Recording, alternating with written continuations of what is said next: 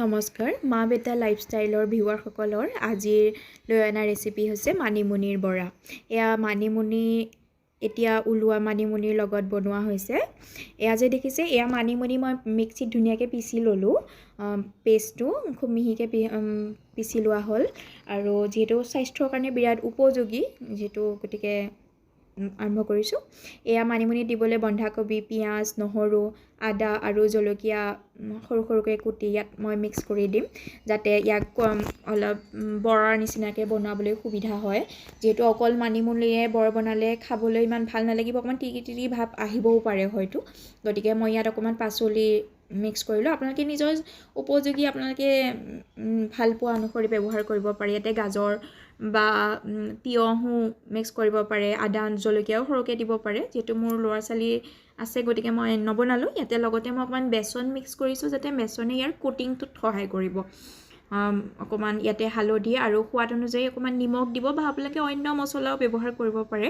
যিহেতু মোৰ ঘৰত সৰু ল'ৰা ছোৱালী আছে গতিকে মই বেছি জ্বলা চলা ব্যৱহাৰ নকৰোঁ, একদম চিম্পুলকৈ বনাইছোঁ যাতে খাবলৈও ভাল লাগে আৰু ল'ৰা ছোৱালীও খাবলৈ কোনো অসুবিধা নহয়, যিয়ে নহ'লে তেওঁলোকে খাবলৈতো নিবিচাৰে। গতিকে এইখিনি গোটেইখিনি মই পানী নিদিয়াকৈ গোটেইখিনি মিক্স কৰি ধুনীয়াকৈ বনাই ল'লোঁ।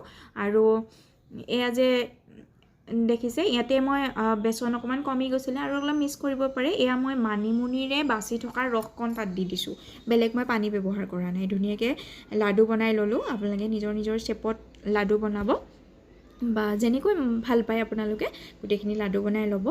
আৰু এয়া কেৰাহীত মই তেল আছিলেই, তেল অলপ পাতি দিলোঁ, পাতি দি গৰম হোৱালৈ দিলোঁ। মই অকণমান কম তেল দিছোঁ, একদম কম তেলত বনাবলৈ চাইছোঁ যাতে যিহেতু তেল বৰ ভাল নহয়ও স্বাস্থ্যৰ কাৰণে।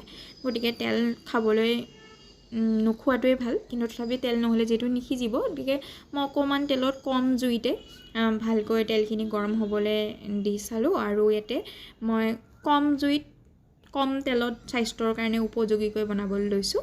এয়া মই ইয়াতে এটা এটাকৈ বৰাকেইটা দি দিম।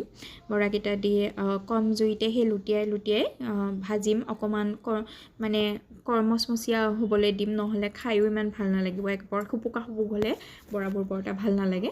আপোনালোকে বনাই চাব পাৰে। মই আচলতে আবেলি জুতি বুলি ক'বলৈ গ'লে মই আবেলি সময়ত খাবলৈ বনাইছোঁ গতিকে মই অকণমান ক্ৰিস্পি কৰিছোঁ। আপোনালোকে নিজৰ ইচ্ছামতে বনাব পাৰে। আৰু এয়া যিহেতু স্বাস্থ্যৰ কাৰণে ভাল, এনেও খাবলৈ দিব পাৰে। এটা হৈ গ'ল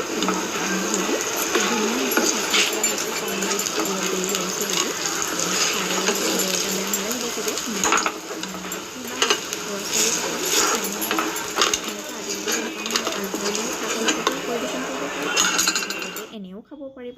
এয়া আজিলৈ আহোঁ দেই, ধন্যবাদ।